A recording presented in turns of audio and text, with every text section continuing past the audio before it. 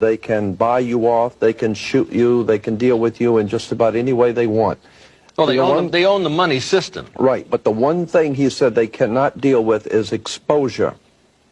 No conspiracy can deal with exposure. Once the truth is out and the people understand, then they have problems. And I am saying that the power of any government is in the people. So the point I'm making here is that there is a tremendous power in the hands of the people of America if they would just wake up, because they are the power of this country. The people decide what will happen, and the people have allowed these things to happen and allowed them to continue to go their way and be entertained, and that is the problem that we're facing, not only with the religious and political leaders that are part of this, but the real problem is the people have allowed it to happen. Explain to people what Illuminati means.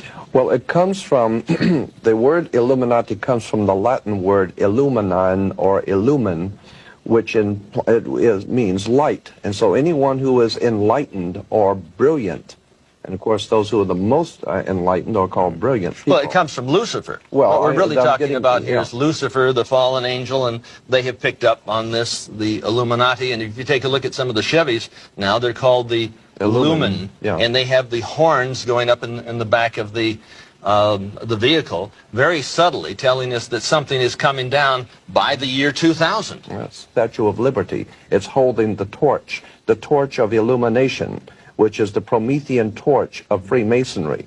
And if you go to the Statue of Liberty, you'll see a bronze plaque inside saying that this was given to the government of America by the French Grand Orient Temple Masons.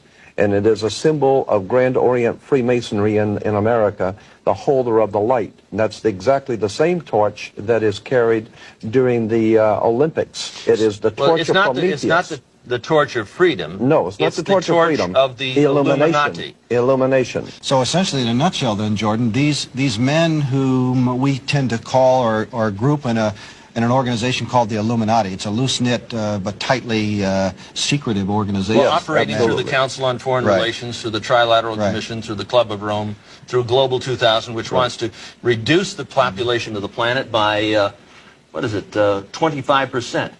25, that's 1,250,000,000 people have to be exterminated by the year 2000. Well, they can do that. So essentially, this Illuminati then is the group of men who control not only all the money on the planet through all the world banks and the Federal Reserve and so on, but they control essentially all the governments. And so these men are planning to bring about a global form of government that's unique in all history. It's a total enslaving system of world communism and fascism, controlled by a hierarchy in Europe that Anthony calls what? The oligarchy. Well, no, I call it the evilarchy. The evilarchy. The oligarchy of evil. So these men are satanically inspired, and of course we get that term from the Bible, which means the devil.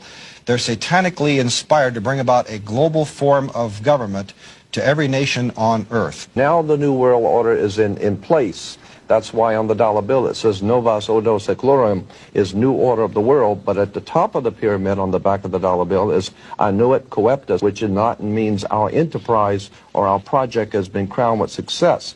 So the point I want to make is that on the back of the American dime today, anyone can look at the back of the dime and see the torch of illumination, which is carried in the Olympics, which is the torch that the Statue of Liberty carries. It is the torch of the Illuminati who are illuminated. Let's look at the back of our dollar bill and analyze the symbol of the Illuminati. That's what this is, folks. It's also a Masonic symbol. But it's the symbol of the Illuminati, which controls, as Anthony said, all your money through the Federal Reserve, all the U.S. government money, and through other world banks, all the world's money. But this is their symbol, and this is basically the all-seeing eye of Lucifer, Satan, the devil.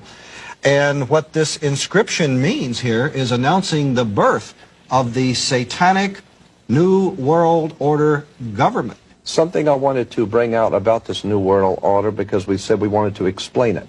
Let me make this point, that Europe is referred to as the Old World, and anything coming from Europe is Old World. When you understand that Europe dominated the world for almost 1,600 years, and the Vatican dominated Europe. The Vatican dominated the Old World Order. Those banking families that were the Roman Catholic banking families of Europe were the powers of the world. They dominated the world. With the coming of America, America becomes known as the New World. Remember Columbus discovering the New World. When we hear the word New World Order, we're talking about a fraternal order of power, religion, money, operating out of the New World, America. But a satanic, occultic, evil form of power. The big picture, they want it all. They want to enslave your child, your wife, your mother. There isn't anything that you ever had. There isn't anything that you own. There isn't any right that you possess that they're not planning on taking away. They want it all. Great dictators and tyrants of the world have always dreamed of taking over the world, but everyone tried it the wrong way. Everyone has tried to take over the world with military, and everyone has discovered that military will not work. You cannot police and militarize enough to take over the world. So the Illuminati in 1776 developed a whole new concept of how to pull this project off.